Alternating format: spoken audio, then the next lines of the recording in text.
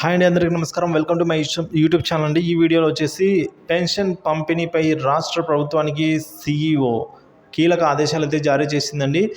మరి ఆ వివరాలు ఏంటో ఈ వీడియోలో తెలుస్తున్నాం. వీడియో అయితే ఎక్కడిగా స్కిప్ చేయకుండా ఎండ్ వరకు అయితే చూసేయండి. వీడియో నచ్చినట్లయితే ఒక లైక్ చేయండి, షేర్ చేయండి. ఇంకా మన ఛానల్ ఎవరైనా కొత్తగా చూస్తూ సబ్స్క్రైబ్ అవునట్లయితే మన ఛానల్ సబ్స్క్రైబ్ చేసుకున్న దాన్ని నేను చేసే లేటెస్ట్ అప్డేట్ న్యూస్ ప్రతి ఒక్కటి కూడా ముందుగా మీరే పొందగలుగుతారు.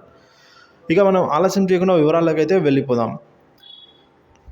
వృద్ధులు, దివ్యాంగులు, వితంతువులు, ఒంటరి మహిళలకు ఈ నెల 5వ తేదీలోగా పెన్షన్లు పంపిణీని పూర్తి చేసేలా రాష్ట్ర ప్రభుత్వాన్ని ఆదేశించాలని రాష్ట్ర ఎన్నికల సంఘానికి Telugu Desam party, Janasena party, Bharatiya Janata party అయితే కోరారు. చంద్రబాబు అధికారంలోకి వస్తే పెన్షన్లు రావని సామాజిక మాధ్యమాల్లో తప్పుడు ప్రచారం చేస్తున్న వైకాపా శ్రేణులను అరెస్టు చేసి కేసులు నమోదు చేయాలని కూడా వారైతే ఈ విధంగా డిమాండ్ చేశారండి.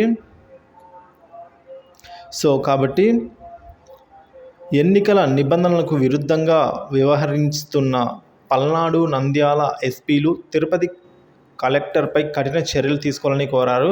ఈ మేరకు సోమవారం రాష్ట్ర ప్రధాన ఎన్నికల అధికారి ముఖేష్ కుమార్ మీనాకు మాజీ మంత్రులు నక్కా ఆనంద్ బాబు, దేవినేని ఉమామహేశ్వరరావు, అలాగే తెలుగుదేశం పార్టీ పాలిట్ బ్యూరో సభ్యుడు వర్ల రామయ్య, జనసేన రాష్ట్ర కార్యదర్శి అమ్మిశెట్టి వాసు, అలాగే భారతీయ జనతా పార్టీ మైనార్టీ మోర్చా రాష్ట్ర అధ్యక్షుడు షేక్ బాజీ ఫిర్యాదు చేశారు. అనంతరం వర్ల రామయ్య విలేకరులతో అయితే ఈ విధంగా మాట్లాడారండి. ఏదేమైనప్పటికీ కూడా పెన్షన్ పంపిణీ ఏదైతే ఉందో వృద్ధులు, దివ్యాంగులు, వితంతులు, ఒంటరి మహిళలు వీరందరికీ కూడా 5వ తేదీ లోపలే పెన్షన్ అందేలా చేయాలి అనైతే రాష్ట్ర ప్రభుత్వానికి సీఈఓ ఆదేశం అయితే చేసింది. మరి చూడాలండి 5వ తేదీ లోపల అందుతాయా, పెన్షన్ అందవా అనేది.